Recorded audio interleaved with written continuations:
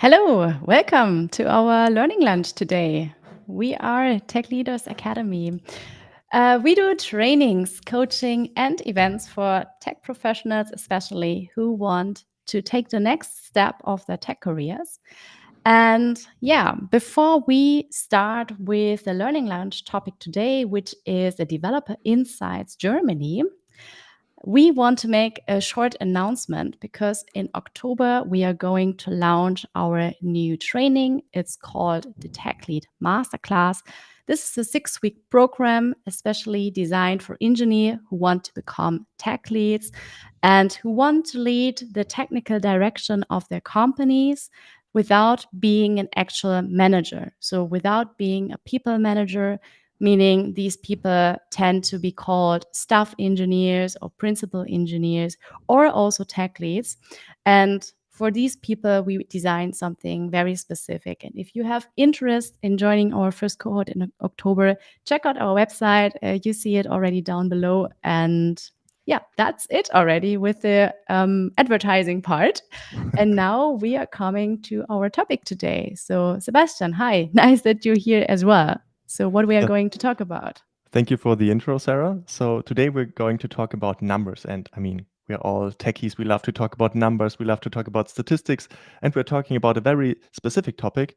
We're talking about employment data of software engineers, software developers in Germany. And for that, we have a phenomenal guest with us, Franziska Hauck. She is writing a lot about this. She crunched the numbers and looked at a lot of sources where to get this data and also visualized it. And I'm really happy to welcome her on stage. Hello, Franziska. Hello, thank you for having me. It's so great to have you. And it would be great if you could just introduce yourself. Sure. So my name is Franziska Hauck. I am based in Berlin, actually. I love Berlin. And I've been working in the digital sphere and in tech for a little over a decade now. And for the last years in my main job, I have primarily been a people manager, people lead for technical teams, engineering teams, product teams. There are different ways to call those. I also used to be a regional lead for developer relations at Google. So I'm very well networked in the tech communities. And that was also the reason why I stumbled across the numbers. I came across that in a project and then actually did some freelance work on that. And ever since then, I got hooked and I was like, these are really, really fabulous numbers. We should definitely talk about those more. And we don't have, let's say, a huge bandwidth of data that we can work with, but the data we have really tells interesting stories. And also to check that against, let's say, the anecdotal impressions that we have from the communities, check our own biases, really, really good. So yeah, that is something that I've been writing about intensely for the last years. To round up my introduction, my pronouns are she, her, hers, and yeah, I'm very much looking forward to the talk today. Great. Great. I actually prepared an icebreaker question for you, and I think it fits perfectly to today's topic because it's also about jobs. And my question is, what was your dream job when you was a child? When you were a child? So, funny story, I am a history nerd, or at least used to be for large parts of my life. So, I kind of always saw myself as a historian or archaeologist, and I prepared to go towards that because I have a master in World Heritage Resource Management. And also, funnily enough, it helped me a lot in my career in the tech sphere. So thank you for that, dear Bournemouth University. But yeah, that was how I envisioned my career to be, that I would work somehow in the heritage field and I would explain historical facts, details, unearthed treasures, and then relate that to people, which is kind of what I'm doing right now, just with a different kind of focus. All right. Yeah, great. Oh, by the way, there is this whole idea of data archaeologist, and this will be a role in the future. So maybe we'll see that popping up as well. Yeah. Oh, this is an interesting topic for the next session, right? So, just for the audience to mention and highlight this in particular, you can interact with us. Belinda, hi, Belinda, you're watching us right now. She's already joining the session. She's very excited to see the results. We as well. So, if you have any comments in between, if you want to maybe also add your ideas, your experiences, but also your questions. You can always use the chat, LinkedIn, YouTube, Twitch. We are streaming to all 3 platforms, and then you can do so. Yeah. So I would say before we start diving into the numbers, it would be great to talk about where's your data from? So what are your sources basically? Very, very good question, because I think spend about 3 or 4 weeks cumulatively just to find the right sources, right? We actually have a couple of source areas, and I would like to detail those before we go to the sources that I primarily work with. The most of the time in the developer field and the tech experts field, you will see surveys. So we have good examples like the Stack Overflow survey that comes out, I think, every year. And this is great. And over the last years, we have seen more surveys popping up. The problem or the hurdle that I see with that is the survey always depends on the target group. It always depends on the community that the provider of the survey works with primarily. One of the things that popped immediately into my sight when I looked at the Stack Overflow numbers was that I think over 90% of participants are men. And for Germany, that means a kind of accurate representation, but not worldwide, because in the US, we tend to have more like 70% men as a share. So I was like, okay, this seems to depend on the community you work with, and that impacts what kind of data, what kind of information you're able to extract. The same we see for salary surveys as well. A lot of the salary surveys just ask the community or take the numbers from that particular audience of the provider. So I was like, okay, we need to find sources that give us a bit more of an independent and broader view. And I came across 2 really, really great sources that I quote every time. And again, the data sets are limited, but they are in and of themselves really great. And one of the data sets comes from the Federal Agency for Employment in Germany. And that data gives us information about people of all kinds of job categories. There are, I think, about 9 larger job families and then divided into subgroups. So you could even look up kindergarten teachers, right? That is a profession that you can also look up salary levels and so forth. And we have that we have 4 subcategories in the IT category. And one of those subcategories is software developers and programmers. That's how it's actually called in German. So we do have some sister subgroups where, yeah, it's good to also have the data inside, and I did some analysis on that as well, but this is the most narrow category. And it gives us information on all salary developers. So all of the people that have employment with an employer, because the employer feeds that information back to the Federal Agency of Employment and says this person is employed with us under this particular category. So we don't have data on the freelance developers or those that happen to have their own companies, right? That being said, I dug into the numbers a little bit. I found a little bit of data from freelance associations, and every indication that I have is that if you add about 10 to 15% to the number of salary developers, we kind of end up with the overall number. That's at least my estimation. So that's one source. And the other source that I also found, and actually fairly recently, is the Status. And this is the statistics agency from the German government. And there you have to dig really, really deep, because the Status primarily works with graduate information. So it doesn't really care about what you work as at the moment. It just looks at, oh, you graduated from an informatics bachelor degree, something like that. But this is also great because there you find more information about graduates and study numbers. That's also great. And salary levels we find as well. And combining those 2 sources also gives us a more vivid picture. So these are the 2 primary sources that I work with. There are some other statistics with the local and regional councils that you can look up, but they are very, very limited. So I don't tend to look into those, because it would be very, very challenging to get all of the data from all of Germany's regions and locations together. But yeah, those are my 2 primary sources. So that also means we are looking in particular on software developers, and that also explains why numbers might be a little lower compared to the whole IT sector, because you mentioned you have like 4 categories. One is software developers, because if you look up the IT stuff in Germany, I think the official statistics say something around 1.2 million or something like that. So you have like a subset of that. Yes. But you have to add to that, again, we only look at the salaried folks in IT. So adding about 10 to 15% of freelancers is probably the thing to do. Whether that applies to things like tech sales as well in this number, we would have to check. And also what I found, interestingly enough, the developer subcategory is the largest. So it has the highest share. It's a little over a third every year. So I looked up all of the last years from 2017 all the way up to 2022.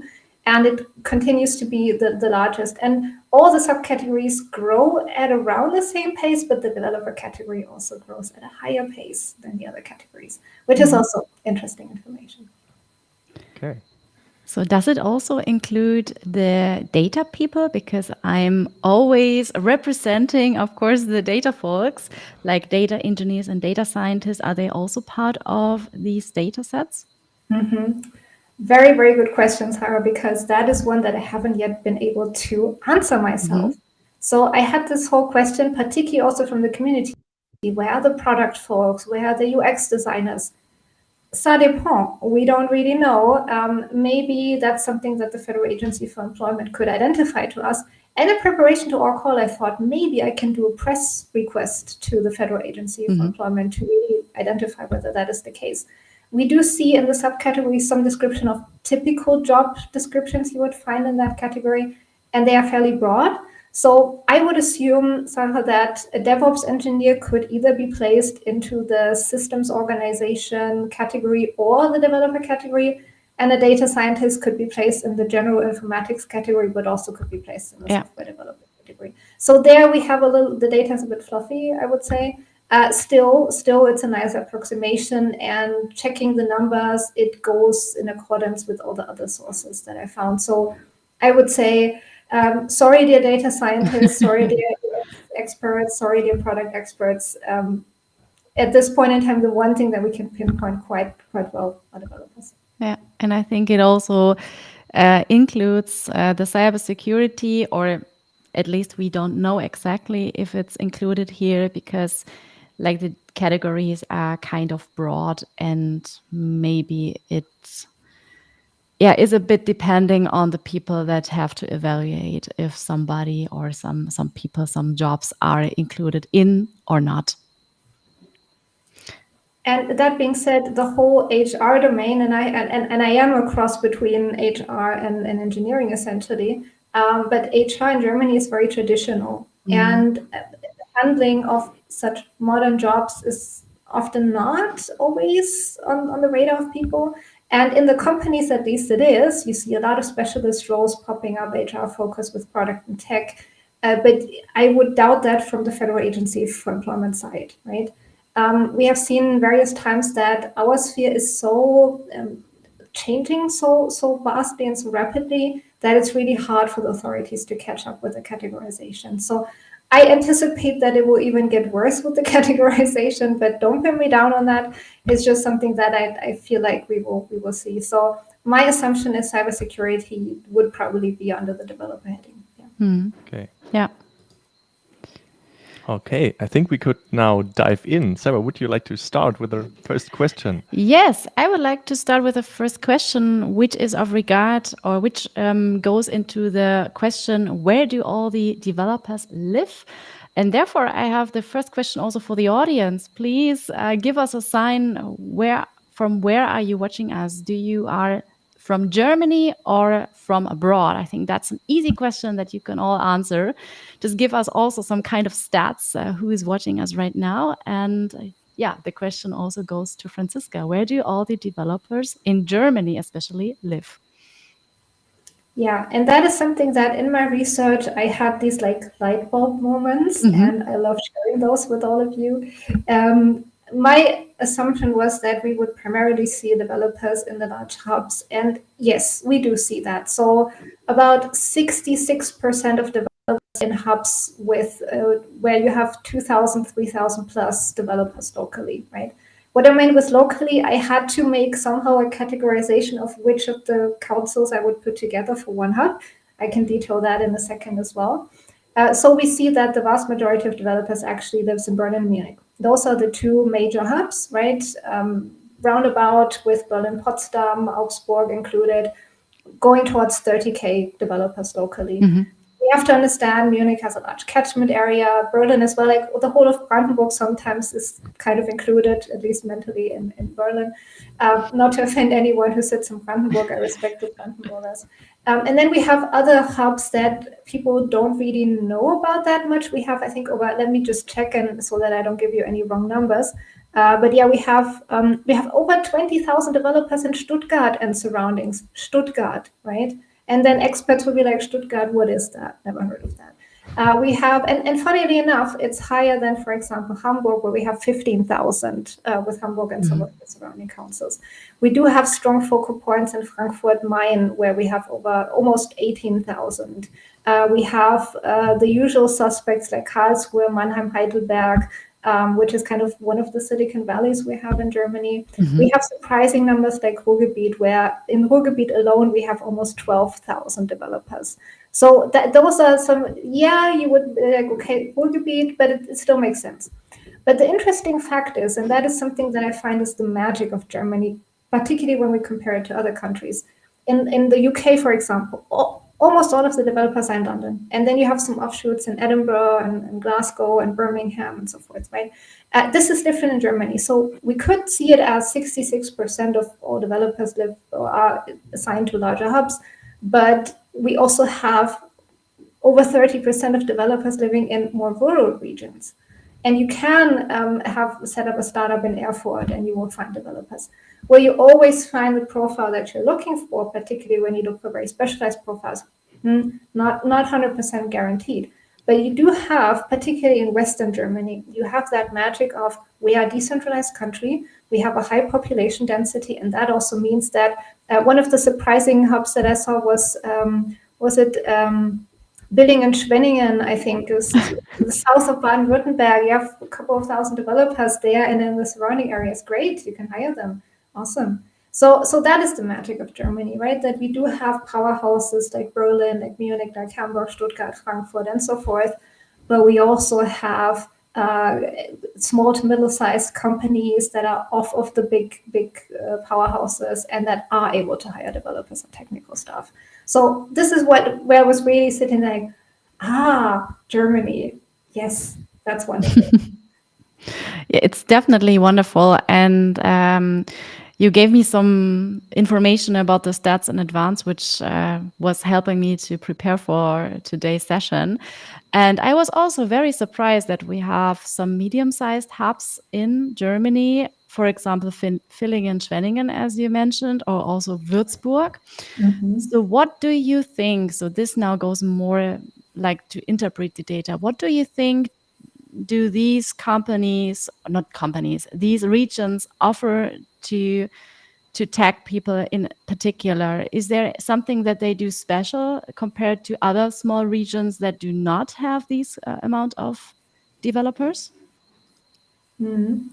I have to add, I did my Abitur in Würzburg, so I'm from Franconia. It's not my original hometown, but I moved there for Kollegstufe, so I did my Abitur there for all the non-Germans because this is like high school, grammar school leave certification.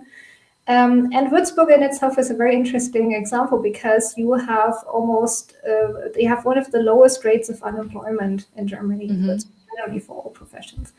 And we used to joke that nothing ever happens in Würzburg, which can make it a bit boring, yes, but also it's very stable. And you have, locally at least, you can have your pick as a developer, right? Particularly if I have a bit of a broader profile that you can, transfer to a couple of companies. And that is really great. So, and I think with my family also, there was a business set up, outside of Würzburg and Schweinfurt. So, and they've been looking for, developers. So that is something where you can say, hey, I have a really good life-work balance in this location. I can maybe go to an agency. I can maybe go to a small to medium-sized company. I might even be able to work remotely for a larger corporate, right? So I know a couple of cases of that as well. And you can enjoy the life and live your life. It's great. And particularly if you don't like big cities, that's an amazing choice. We see, for example, in Baden-Württemberg, that's also where we have lots of hubs that are very close to one another. So if you're prepared to maybe with like hybrid regulations or remote options to drive a little bit, you can even have a much larger pick of jobs in that respective area surrounding you. So, I mean, spoil for choice, right? That's amazing. And again, that's one of the bits of magic we see in what Germany can provide to developers. Not talking about all the other hurdles like immigrating to Germany and getting status, because that's horrific. Horrendous. We all know that, and I know that because I've had folks that had to go through that in my teams. But yeah, that's a different matter. But and I should add that in the more rural regions, it is useful if you speak German, also as a developer. Yeah, it does give you many more job prospects. Yeah. And we got a lot of feedback from the audience. So many people wrote us on LinkedIn as well as on YouTube. And we have Berlin, Germany, Berlin, Stuttgart, Leipzig, twice Passau. I think we three share something common. We all studied in Passau. Again, Germany, people looking to come to Germany, Wiesbaden, Berlin. So people from all across Germany are basically watching. And also people from abroad looking at an option or looking for having a job or relocating to Germany, which is great. Mm-hmm. Funnily enough, I was actually surprised how low the numbers are in Passau. I was shocked because the informatics department was big at Uni Passau. Yeah. Yeah, and it's great, by the way. Mm-hmm. And now there's some obvious question that comes to my mind when you were talking about the rural areas and the countryside. So now the question for me is, how does it changed in the last 3 years? So is like are there more people on the countryside and maybe taking advantage of cheaper cost of living? That is a question that I don't think we can answer with the data sets, because in the data itself, actually the big hubs grow quicker. So we do see that again, Berlin and Munich, and you all know I'm Team Berlin because I live here and I love this city. But respect and kudos to Munich. This is the original sort of tech hub in Germany. We see much higher growth rates for those two hubs and also for other large hubs than for the more rural areas. That being said, we have seen a disruption with Corona, and there are many more remote and hybrid options. So just anecdotally, I know a lot of developers that officially have their job in Berlin, and this shows up in the statistics, but they live with their family in Mecklenburg-Vorpommern or in Thuringia, right? So, and then they maybe drive into the office once every week or once every 2 weeks, and then they meet the team and so forth. So we don't see that showing up because it's always about the registration of where your primary work location is, right? So it could indicate on the one hand that maybe the larger hubs do attract more people. And one of the reasons for that could be that the expat rates have been growing more than the than the citizen rates, or at least the data that we can identify is a breakdown between citizen and non-citizen. So we don't know whether those are expats or people that have grown up here but just don't happen to have citizenship, right? Looking at the numbers, though, I would say, yes, they do reflect the influx of expats that come to this country, people with qualifications. We direly need those, and we see the number going up. And those primarily tend to go, we all know that also from other data sets, they tend to primarily go to the larger hubs where they might have the community already there and, some infrastructure. It's always good to have your fellow people around you. That being said, again, with the remote structures, that might not be reflected in the data, and we just don't know from that. But yeah, we'll see how the development goes. Also, we have to understand that with the hiring practices of particularly the last 2 years, there was quite a bit of disruption in the market. First, everybody hired, and then mid-2022, we saw the layoffs happening. So from 2021 to 2022, we had an overall growth in the job family of developers of 8% year over year. And this is actually even higher than the year before, 2021, right? But I would assume that we see a bit lower growth rate in the next year, still high growth rates compared to other professions, but lower than maybe what we see in the last 4 or 5 years. And do you know where the people are coming from? Are these graduates from Germany, experts from abroad, or maybe people taking a boot camp and basically coming from another background? That we don't know. So again, we know that, and also it just breaks down to binary, right? Even though we have a third gender option, it's not recognized in the data, it's just men and women. So we know men and women. We know citizens, non-citizens. We know the age. There are 3 age brackets, and there are 3 expert level brackets that are identified in the Federal Agency for Employment Data. And that's all we know. So can we break it down further into how many experts are men? No, we can't, because that's not what the data set is giving us. And believe me, I tried. I went through all of the Excels. But at least we have a good indicator and can form a somewhat informed opinion out of this. Yeah. So, last question regarding location, or especially coming to Germany in general, because we got some questions from people who ask, do you have any tips if you are an expert in technology, data science, or engineering? Do you have any tips how to get a job in Germany?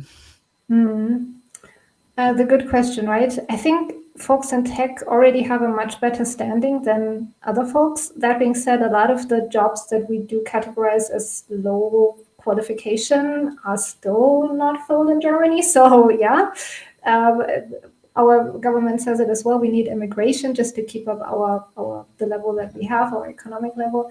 So I think you're starting out from a good place already, right? I would always say build up community, join some online meetups, even if you're not in Germany at the moment. Look up what are you looking for in an employer. Make a list and see if there are particular employers in Germany that fit that bill. Again, do you like working remote, even though you immigrate to this country? Could be a good way to do that, right? And particularly, there was this whole debate in the community for the last years that people that come into this country are paid lower than citizens. And we do see in the data that, yes, this is true to a certain degree. So make sure you're aware of the salary levels as well, right? And how you can negotiate in a good way. But it might be that due to various regulations, you might not get the, let's say, super fancy job right away. And I'm not saying, don't have expectations. It's just reality, right? So try to stay flexible, try to see where you could fit with your skill set in a good way.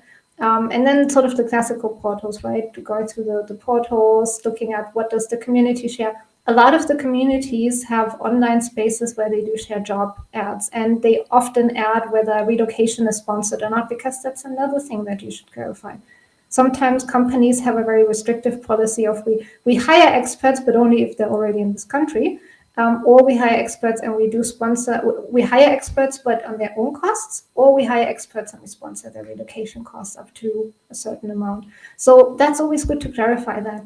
And I think I haven't seen any company that does not help with immigration support. So I was once in a very, very small company, and we were desperately looking for developers. And we had to go through all the hoops because some of the developers that we managed to recruit just happen to have Iranian citizenship. So that's one of the countries where it's a bit more challenging. And back then you didn't have the new legislation that is coming up, right, makes it a bit easier to stay permanently and then to get citizenship. But so every company that I've seen, small or large, they in some way or shape or form support you on that. It's just what kind of support do you have? Is it outsourced to an expert agency, or is that in-house? Do they have to build up that knowledge and so forth? So yeah, look out for that, right? If you have a company that is very experienced with these kind of processes, then your journey here will probably be a bit smoother. Yeah, and I'm saying that very much from the hiring manager then. So you see, I've hired of developers over the last year, and I had my moments of joy when people got citizenship or residence permit, or we managed to get them over. Yeah, that's great advice. Thank you for that, and I hope the audience can make something out of it and use these tips. And you also brought the perfect segue to the next thing we want to talk about with you, and this is compensation and salary. Could you give us like a broad overview about that? Mm-hmm. Yeah. So again, and I wrote a whole article about that. A lot of folks, whether they are citizens or non-citizens, they go to the job portals and check the salary levels there. And what we see there primarily is that people share their information when they are unhappy with the salary that they get, right? And then the salary levels, and we see that in the official data, by the way, as well, that the overall salary levels are much, much lower than what you would anticipate. Why? On the job portals, you have people that share when they're not happy with the salary. And in the official statistics, you have a median of all the salaries. So working student salaries, part-time, etc., right? We also see the famous gender split in salaries. Women consistently get paid lower, even though we ask for the same amount of money. So that's what we see the effect as well. Now, on top of that, you have some surveys, and again, I wrote a whole article about that, of sources where there are providers that look at realistic salaries and can give you a little bit more of an exact median, right? At the same time, I always say, do stay realistic, particularly in the hiring frenzy of 2021. Salaries went up and up and up and up. Germany is nowhere near the salary levels of the US, for example.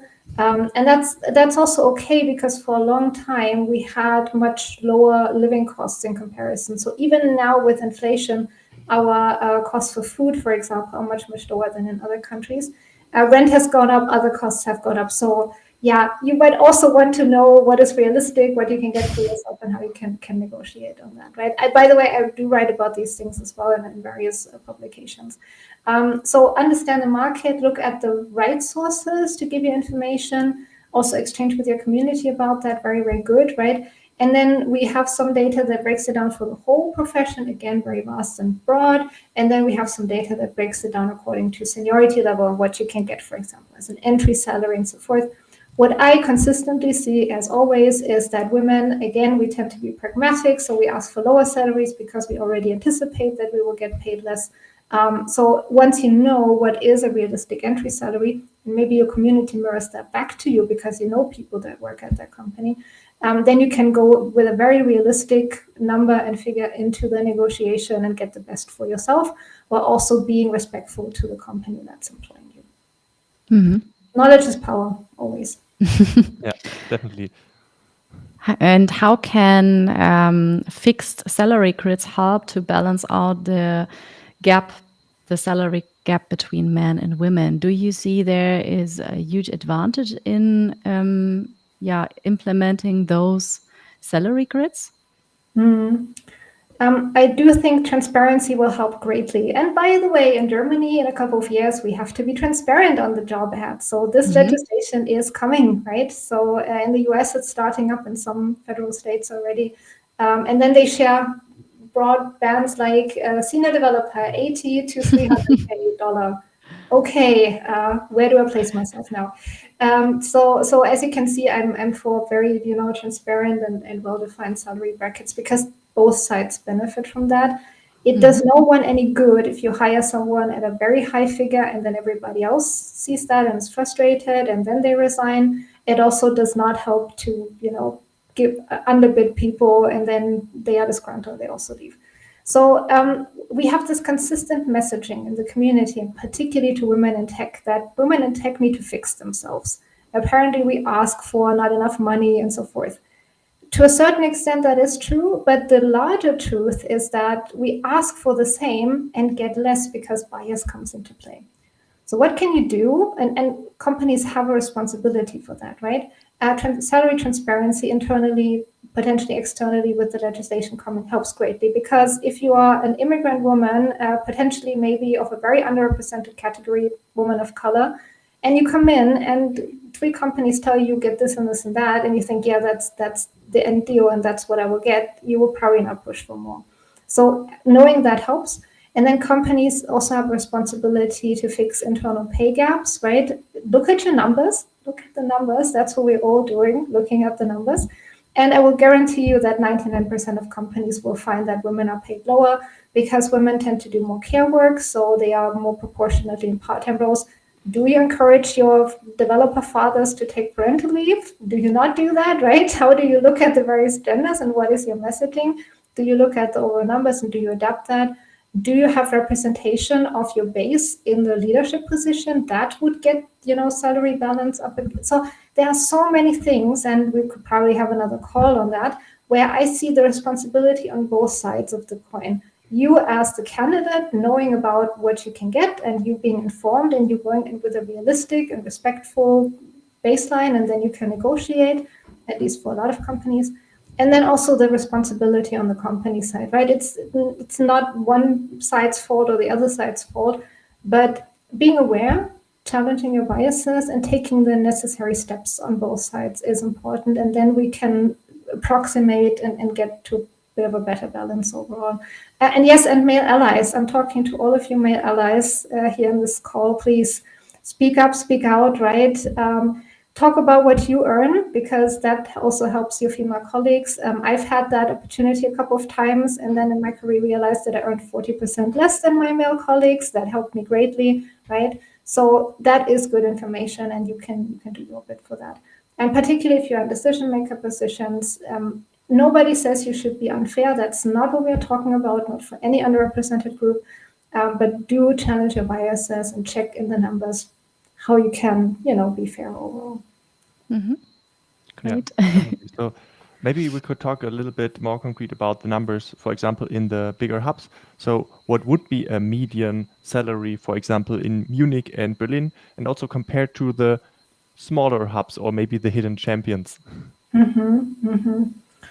So that's the thing. Since the official salary data we have only breaks down for federal state, not for council, we do know the numbers for Hamburg and Berlin, but we don't know them for Munich. So we know them for Bavaria, right? Okay. I actually don't have this at hand, I think, but I do have the overall national average at hand. And in the last 2022, we had an overall salary of 5,600, a little bit over 5,600 per month. And then men have approximately 5,600 for men, 4,000, almost 5,000 for women. And then the median salary for across the whole bracket for everyone, independent of gender, is 5,500 roundabout. And you can do the math, right? If we calculate that upwards to what would be a yearly salary, this is not what would be the equivalent of what currently is the median salary, the realistic pragmatic median salary across the whole seniority spectrum, which lies at around 75K per year. So almost every survey, every statistic that I find, they end up somewhere in that area of 65 to 78K for median across all seniorities, all levels, right? And then what we do see in the numbers, whether it's official statistics or from the providers, is that, Munich and Berlin, you tend to earn more than in Thuringia. Of course, we have very high rents here, right? But for a long period of time, Munich used to be up here and Berlin used to be down there because Berlin was sexy but poor. That's a quote from the mayor. That doesn't come from me. This has equalized a little bit over the last years. Hamburg also used to have higher levels, but I saw in the statistics that the growth rate hasn't been as high as in Munich, for example. So salaries have grown more in Munich over the last years, which is also kind of interesting, right, in and of itself, because Munich has gotten very, very, very expensive over the last years, extremely expensive. And I've lived there for 2.5 years, and I was paid pittance, and I scrapped and saved, right, when I was there, and I was happy to come to Berlin from that angle at least. So we do see some dynamics, and then the official statistics for example, Thuringia, Saxony, Mecklenburg-Vorpommern, you see very, very low salaries overall, at least for the tech field, right? And again, these come from the official salary information that we get from the government across all of the positions. So 50K, 60K is much more realistic for a senior developer in Thuringia than it is or would be, for example, in Munich, right? And again, I'm not putting a label on is that a good or is that a bad thing. I'm just mirroring what the statistics say and the development that we see. And then companies need to draw their own conclusions from that. Candidates need to draw their own conclusions from that. What kind of numbers they go in with? What kind of numbers do they offer? But generally, I do anticipate that you have a little bit lower living costs in Thuringia, depending also on where you live. And then there's this whole debate: should you pay location independent or not location independent? Again, what is the right path? Could be one way, could be the other way, right? Do you have a take on that? What is your opinion about that? Maybe we can also all discuss about this and to give our opinions on that. Do you think payment should be completely independent of location? To be honest, I haven't gotten to the end of that debate and my personal opinion on that. I do see a lot of pros and cons on both sides. And I've been following the discussion for the last years, particularly for the US market, US and Canada market. I do think we need to rethink our approaches with remote and hybrid models becoming more prominent, right? This is a change I mean, I do know examples of people that get a Munich salary but then live somewhere in the East on the rural side. So would that be fair to someone else? Should we look at it as being fair or not? Those are the questions that I would ask, right? But at the end of the day, I always say, what do you have as a context in your company? Because we can talk about it. That's the thing. I'm always, when I form an opinion, it's so easy to be like, oh, I think, and it should be done this way, and this is the right way. But you don't know the context of that particular company, right? Analyze the market. Involve your HR experts, your recruiting experts, your engineering and hiring managers. Put all of them together and their brains together and analyze what context, what tools, what kind of situation you have, and draw your learnings from that, and then adapt your structures and your offers according to that. And that will look very, very differently will very different for a company that is in a small village next to Erfurt and Thuringia in comparison to a large global player that has their base in Munich. Yeah. And I think what is definitely important to mention is that in big tech hubs where you have multiple of opportunities to work for great companies, of course, there is a competition between those companies, and they definitely try to use the salary as one of a great benefit to attract new talents. Whereas in smaller hubs or in rural areas where there are not so many competitions, companies probably won't think of that in the first place. And then they first look at how is the overall payment structure in their company, because it can be also quite difficult if you have extremely high salaries for IT people only and all the rest of the employers have a lot less in the salaries, which makes it also very unfair when you see it only for the companies. So I think it's a very difficult discussion. And for me, I can definitely agree on your opinion. I'm also not 100% set with mine. Yeah. That being said, Sarah, the highest salaries are not even with developers. No. Tech sales, you make the big bucks. So if you really have a situation where you need to make a lot of money, you like selling, you like engaging with people, you have that talent and that drive, you could even study computer science and then go into tech sales. And because there you have a lot of success-based pay as well, but also the base pay is slightly higher from the official statistics that we see. Yeah, maybe we can also put this question to the audience. And what is your take on that? Would you like to have an location-independent salary? Would you like to, or are you for salary grids that are most or try to increase the transparency in the salaries across your companies? Or in general, what is your take on that? You don't have to name your salary, by the way. We are not interested to hear that. It's more about to get your opinion on this topic in general. Just a personal story from my side. When I graduated, I applied for different companies, also for one in Munich. And obviously, the Munich company paid the best salary. But taking into account cost of living in Munich, it turned out to me it's better to stay with a company in the rural area, because in the end, I will have more on my bank account if I stay in the rural area instead of moving to Munich. But there are many things to consider. Maybe you have more chances to switch companies in like metropolitan areas like Munich. You may be in bigger companies, which tend to be in the hubs, in the big hubs. You have more chances to basically step up the career ladder. So there are many things to consider, basically. And I think regarding the networking part, if you are somebody who wants to create a career network in bigger cities, you have so many opportunities to join meetups, to meet like-minded people, and it's a lot more difficult when you are in a very small town or city, and if the community is quite small.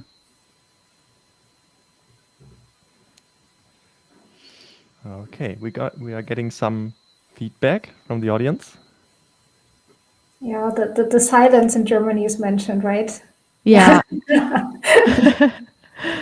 That's true. Well, we just showed it here that we are not interested in that, but we also want to protect you because it's like we are live on the internet, and if there's only one person who shares the information, I think it's also very unfair for this one.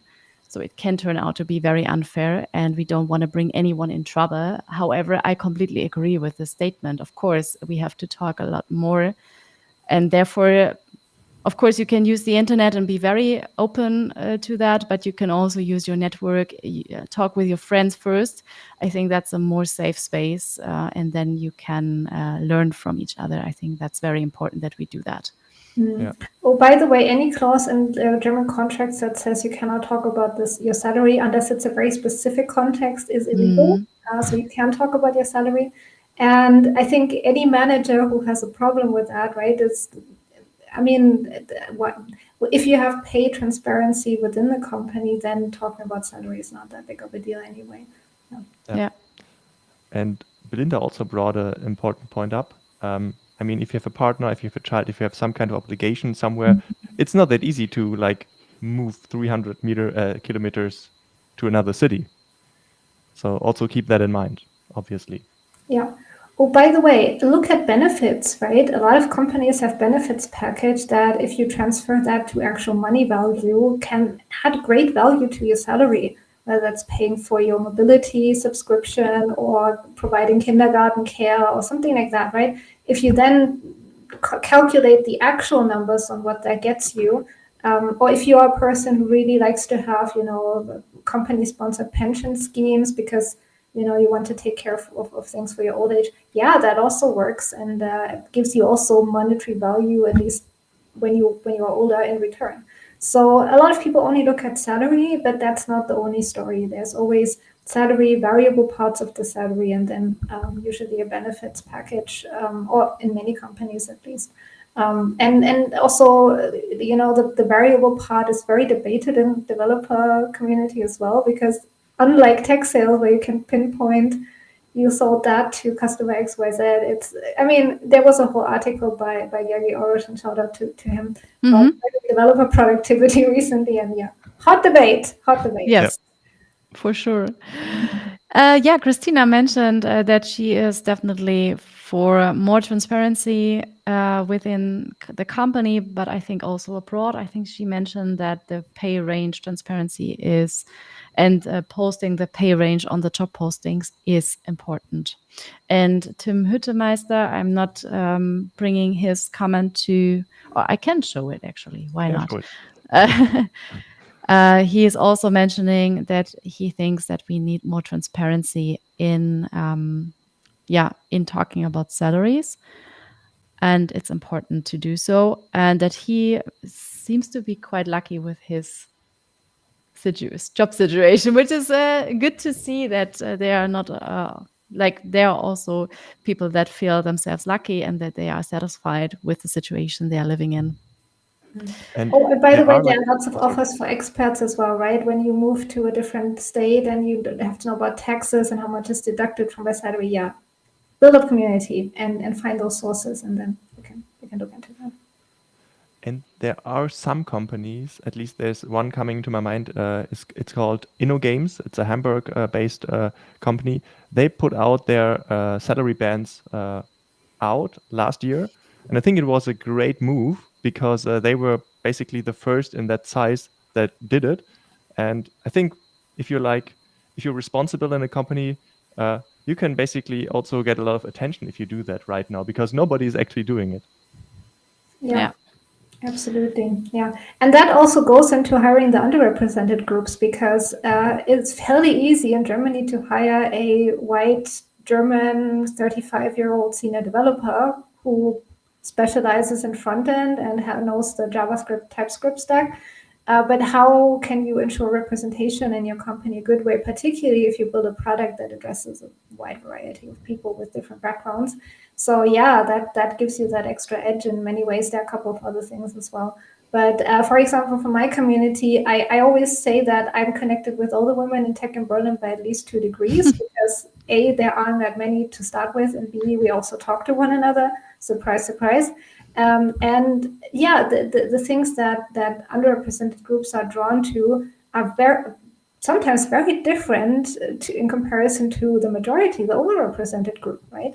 So yeah, and there are a lot of companies that I've seen that do it really, really well with pay transparency, with a couple of other instruments, but that really, really gets the gear. And I say this from a perspective of having increased the percentage of underrepresented people in a fairly short time. So yeah, it helps, right, to look into, let's say, more unusual methods and approaches and be creative. Yeah. Belinda came up with a very good question. So how reliable are company review platforms like Glassdoor or Kununu in terms of gauging salary spans? Yeah, very good question, Belinda. I'm referring to what I said previously. It's not bad for orientation, so don't think that there's no value on those platforms. I think Glassdoor in particular is a bit better overall from the numbers that I've seen, a bit more correct. Kununu is part of New Work, I think, and they regularly publish salary reviews. I did write about that in my article as well, by the way. Yeah, respect to everyone involved and how they publish and how they gather that data. We have to understand that every data that is collected there is a representation of that particular target audience, right? And we all know that tendentially we write reviews where, yeah, I mean, there are companies that encourage people to write reviews when they are, satisfied with their work environment and their salary level. So we do see that too, or they write that because they really genuinely like the company, right? And they want to express that. So it is a mix at the end of the day. I would say always combine several sources. Don't just rely on one source only. That helps greatly. Yeah. I would like to switch to a topic that is closely connected to the salary bands. And I think it's a topic that you're very passionate about. It's about how can we attract more underrepresented people and also women to work in this industry? Because you mentioned, I think there was like the split 90% to 10% in Germany, and you already mentioned that it's different in other countries. So what are we doing wrong? What can we change, basically? Sebastian, what are we doing wrong? The list is endless. And I've been on the receiving end of some of these things myself in person, and I did not enjoy the experience. I mean, we have currently in Germany, no matter where you look, usually a percentage of share of men between 82 to 95%. Usually mostly being the range being between 84 to 88%. And now you look at the number and you're like, 88% men in that profession? How is that? Like we have a population where we look at about 50% women, 49% men, and 1% non-binary people. So you're like, something is not adding up in this. So even just that should make people think. And we have so many mechanisms like that starts in childhood. I grew up with like men do the technical stuff and women are in the kitchen, right? And you cannot drive the tractor, Franziska, because that is what the men do on the field.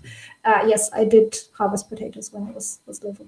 So the messaging is it starts early, right? It starts early, and you're being told like technical stuff is not for you.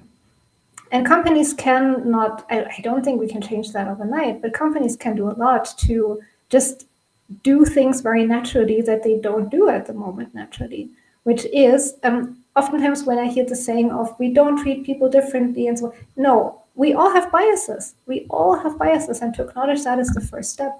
So that is very, very important. Any company that has in their job ad the saying of we don't discriminate, it's like I don't buy this. It's like no.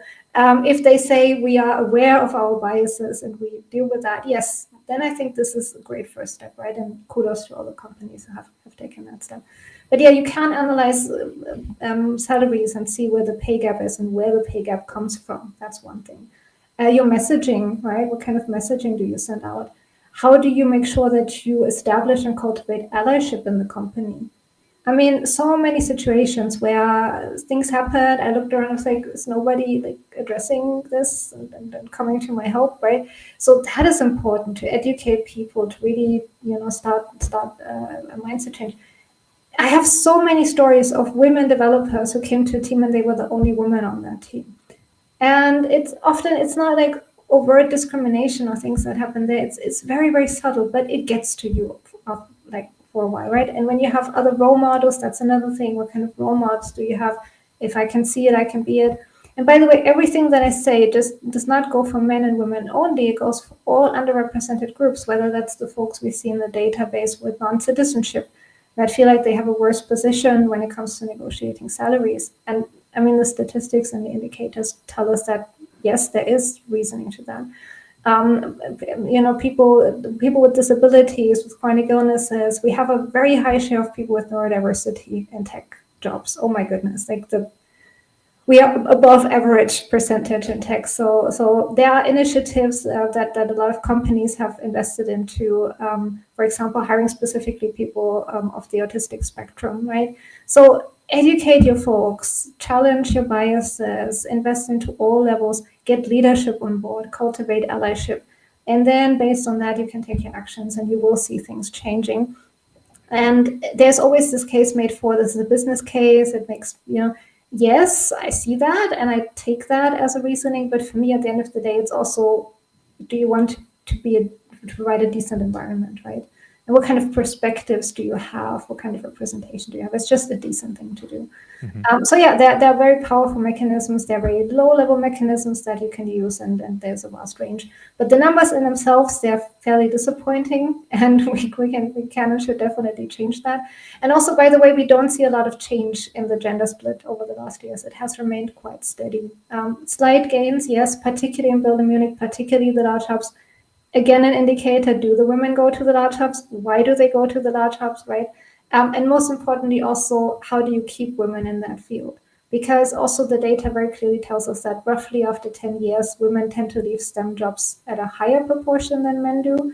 And this is not because women don't have stamina or we are not assertive. It's just there are a lot of other reasons. So don't only think about the funnel coming in. Think about how you can keep folks, how you can develop careers in a way that is equitable for everyone. So these are the things that I keep on talking, keep on writing about, and having walked the walk with the results. I think, it is possible at least to a certain degree, and go out there and try yourself out.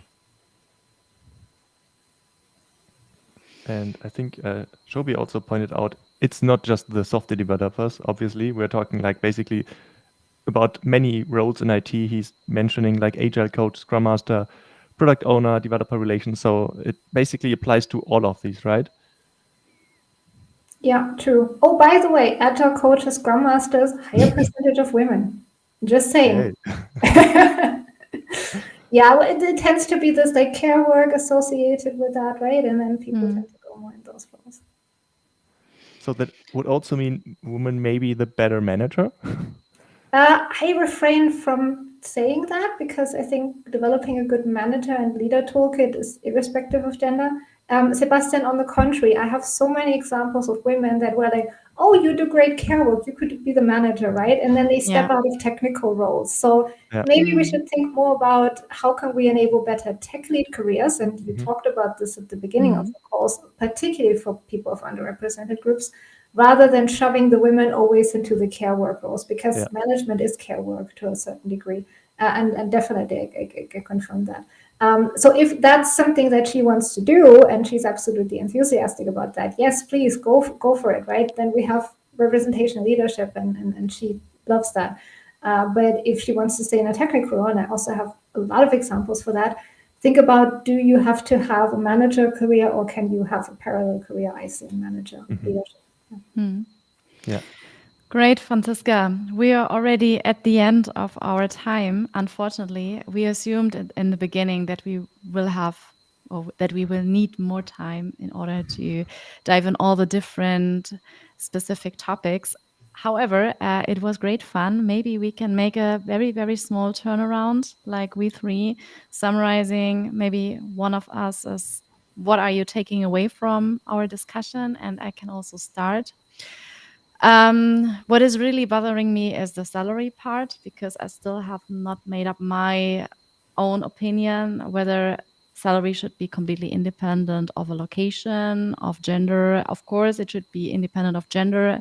But the location is the thing that I still need to think about. And it was therefore quite interesting to have this discussion with you two. Forwarding to Sebastian, what is your takeaway? So, first of all, I was surprised that Stuttgart has more software developers than Hamburg. That is something you would expect, because like Hamburg is like over a population of over 1 million, and Stuttgart is like quite, I mean, smaller than that. And also coming back to this discussion about like remote work and salary bands, I'm totally with Franziska on this. It's really hard.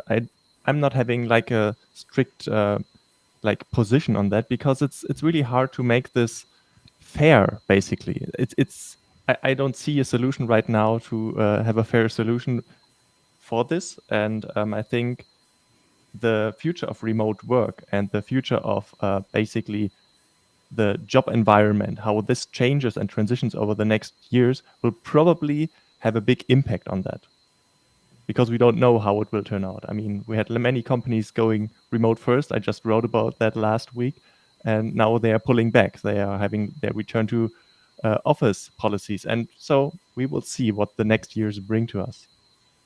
And my summary, by the way, Stuttgart car industry, right? So we should not underestimate the power of the car industry in Germany. My takeaway is essentially thank you to the audience for the great questions. And my takeaway is stay curious, right? Inform yourself, go to really good sources, connect, network. Together, you're always stronger as being one of a larger community, a larger group of people. And you can also support one another and uplift one another. And this is essentially what we did in this call. And I also say that from the perspective of looking at the leaders and managers in this call. It's the same, right? You are not alone. Get advice, get exchange. Of course, you cannot share any details, and they are confidential matters. But just building up a practice, building up a toolkit, great. And then ultimately that translates into hopefully offering great jobs that have really interesting technical challenges for people out there. Or if they don't, be transparent about that, also good. And hopefully at the end of the day, a good equitable pay structure and a safe environment that really helps people innovate. Yeah. And I would like to add one thing. So Franziska is writing about all of this we talked about, and you should definitely give her a follow on LinkedIn, because she's not just talking about statistics, she's also talking about leadership in tech, and she also maintains a Medium publication, or basically you have a lot of blog posts, and you should definitely have a look there and follow her. Yeah. So thank you very much, Franziska, for joining us and providing this wealth knowledge of overview of the developer market. I think it's not the first and the last time. I think we will stay in contact and see if we can come up with another learning lunch idea. And for all the watchers, thank you very much for joining. If you want to follow us on LinkedIn, YouTube, please do so. Subscribe to the different channels, and then you get notified as soon as we do our next events. So have all a great and wonderful lunch or afternoon. I don't know if you had already lunch during our session, then have a great afternoon. And if not, have a good meal. Bye-bye.